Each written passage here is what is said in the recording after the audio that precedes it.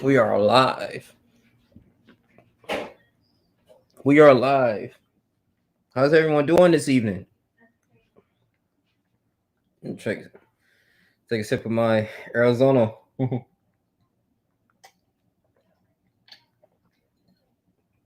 Actually, it's Mountain Dew. Hey, baby. I already took you outside. She's such a puppy.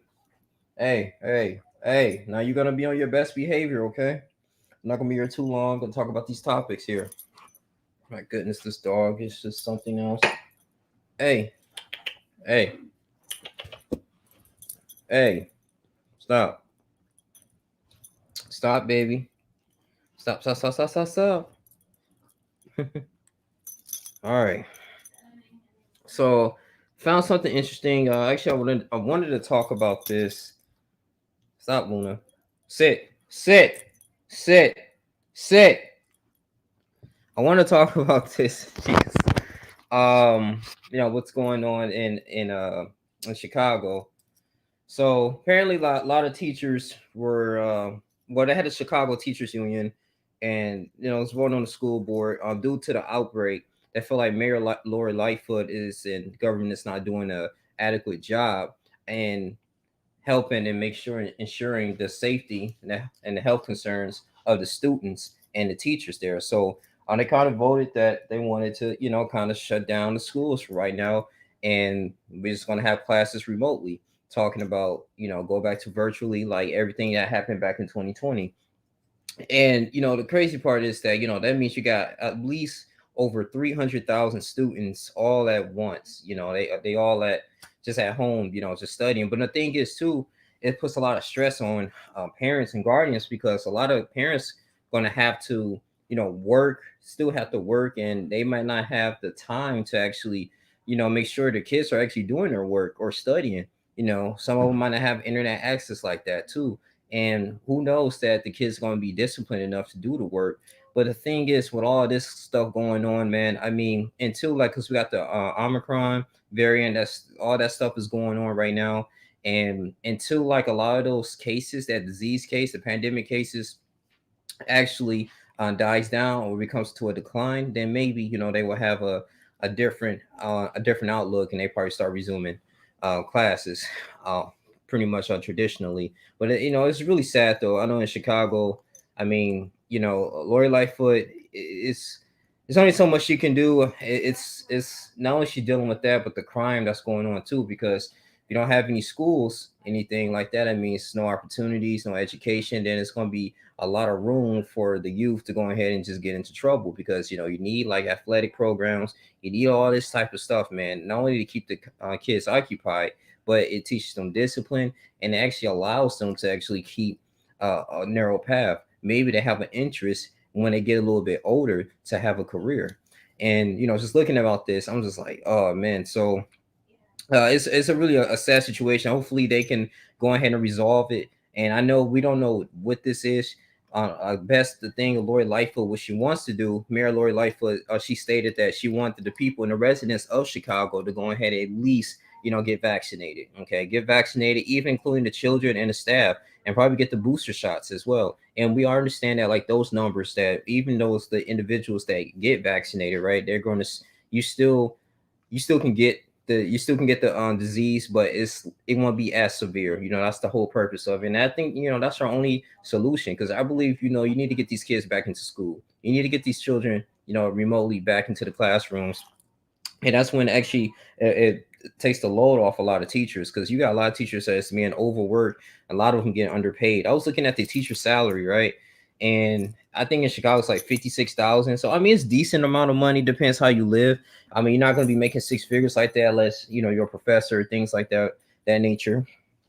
But I know I think states like California, Massachusetts, Connecticut, they have like one of the highest when it gross in salaries when it comes to teaching, in the public school sector. But man, I mean, it's always been things that's been going on, man. You got the No Child Left Behind Act, George Bush at that time. And before Lori Lightfoot, you had Rahm Emanuel. Rahm Emanuel was the mayor as well, and he didn't even want to become the mayor. I mean, he was under President Obama at the time. so working at the house and stuff, and he wanted to stay in Washington. So, but he ended up putting him to work over the people, and help the people in Illinois. So that was a lot going on with that. Stop, Luna. I'm put you in your cage. Anyway, so the thing is with the teachers union, it's yeah, it's a little unfortunate though. So I think this is going to be a temporary thing, but hopefully because I think a lot of kids right now too, they're not um results of school closing too, said academically a lot of kids are not performing on the highest level. You got like schools like that in Baltimore that's not performing at a high level right now, so they're close to like a lack of funding that leads to a lot of things. So overall though, it's gonna be very a little difficult, man. So on so many things, but they just gotta figure things out.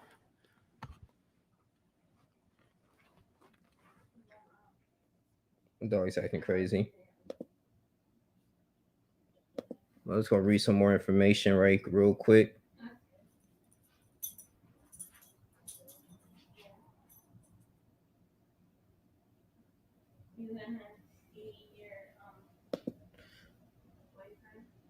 Share the screen here. Yeah, I just thought that was interesting. Let's look at some more information here. So, it's calling Chicago Times, WNT. There we go. Classes canceled in Chicago Thursday as stalemate with CTU continues. Amid a stalemate between Chicago Public Schools and the city's teachers union,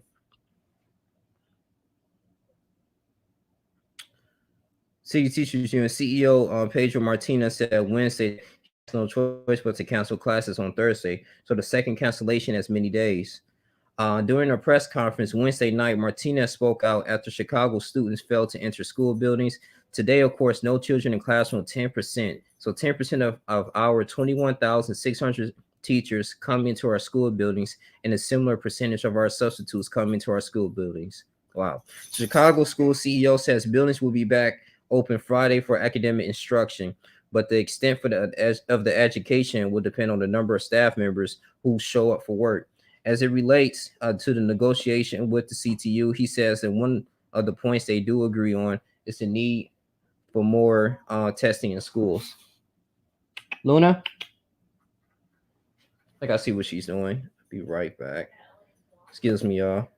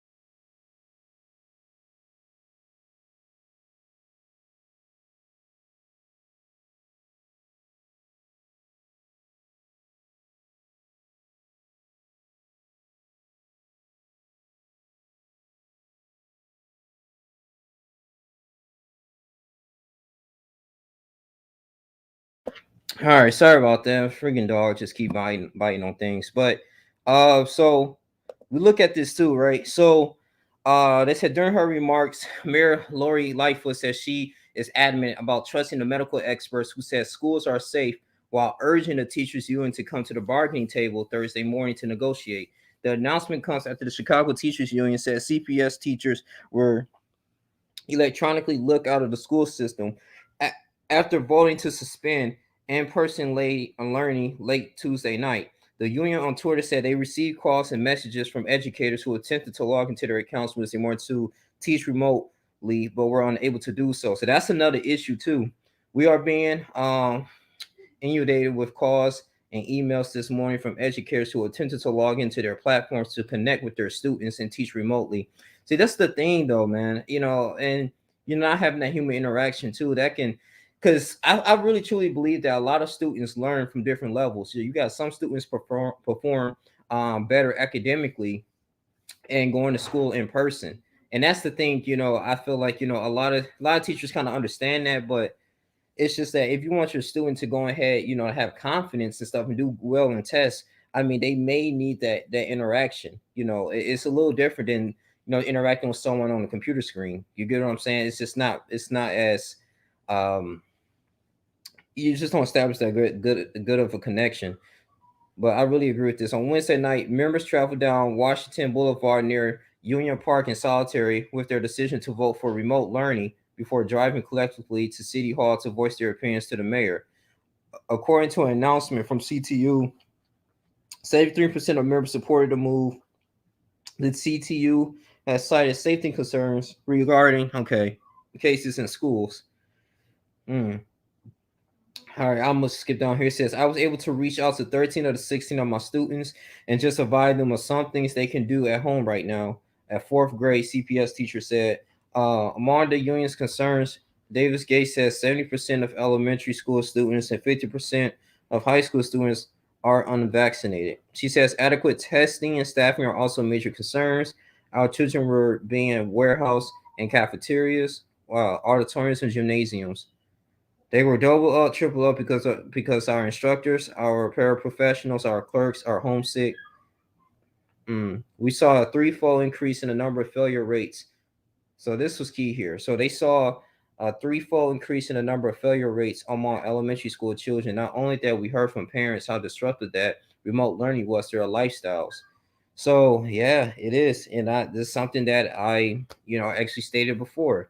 With the elementary school, it's affecting elementary school children and their learning and their lifestyle here. So the CPS official says that the district is now authorized to make a district shift to remote learning.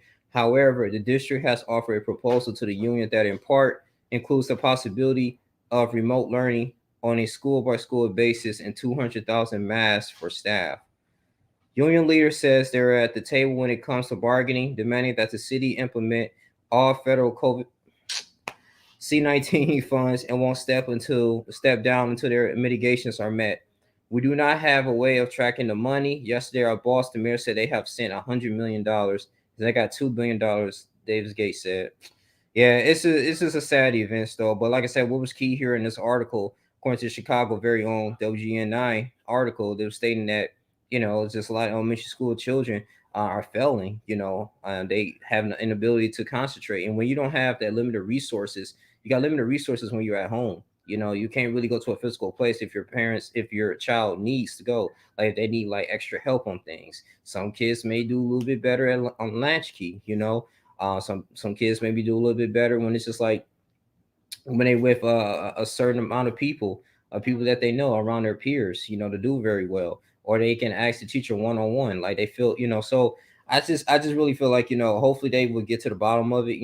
I really respect a lot of teachers because teachers, even though they get a lot of slack, man, because they're pretty much working like 7 hours out of the day. They do get summer break, which is good.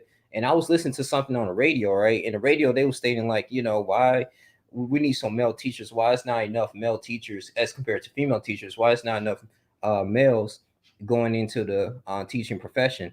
And one of the reasons is too. Some people was calling in. They were stating like, oh, well, because I don't think money is the issue. It's mainly like he said naturally, men are introverts. So I'm like, I don't know about that. But he said if you're introvert and stuff like that, you're not gonna really. It takes a lot of leadership skills to actually teach a child. especially teach a group of people that you don't know on a day-to-day basis.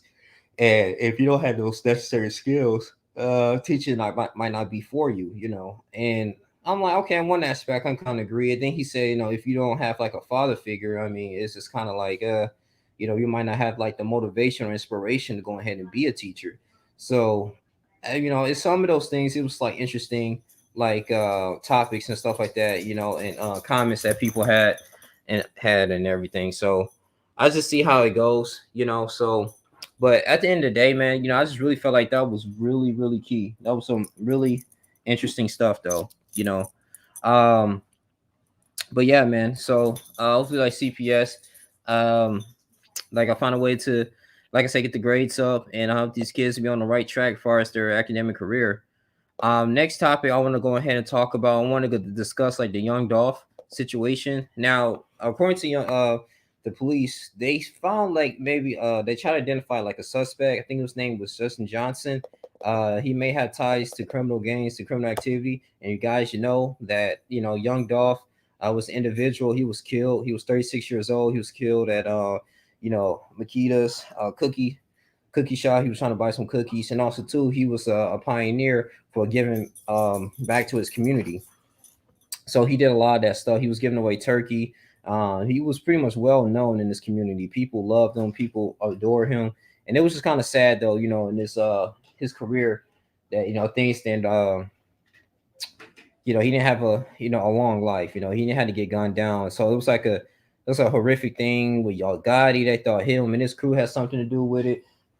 So a lot of this stuff was going on. So we don't know. And maybe it's like a pretty much a nationwide manhunt at this particular time now with the young Dolph.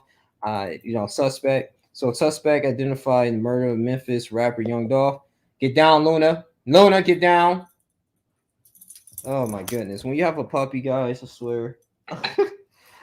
It says U.S. Marshals, Memphis Police Department, Crime Stoppers, and the Tennessee Bureau investigation had identified suspect one in the young Dolph's murder. Justin Johnson. He's 23 years old. He's wanted for the shooting and killing of young Dolph. Known by stage, young Dolph on November 17th, right before Thanksgiving. Police issue a warrant. Oh yeah, so he was a warrant for his arrest, right? And also too, he was I think he was charged for he had like a weapons offense as well. This is they offering U.S. Marshals, they offering like a $15,000 reward and on his capture. Johnson had also been added to the TBI's most wanted list. So TBI is also offering 2,500 reward for information leading to an arrest. According to law enforcement, Johnson is about 5'8", 5'9", 5'8". He's weigh 190 pounds, and he got a name Jaya tattoo on his right arm. And of course, this is the information here. So hopefully we can get the bottom of it, man. I believe it's like some type of gang activity, gang related. It's really unfortunate though, because on Young Dog, he seemed like he was a very charismatic person. Like I said, I never been a fan of him. I heard of him. I just never listened to his music, but people in Memphis really respected that dude. He was like a Nipsey Hussle in LA, if you want to say, man. So, like I said, rest in peace. My condolences to him and his family.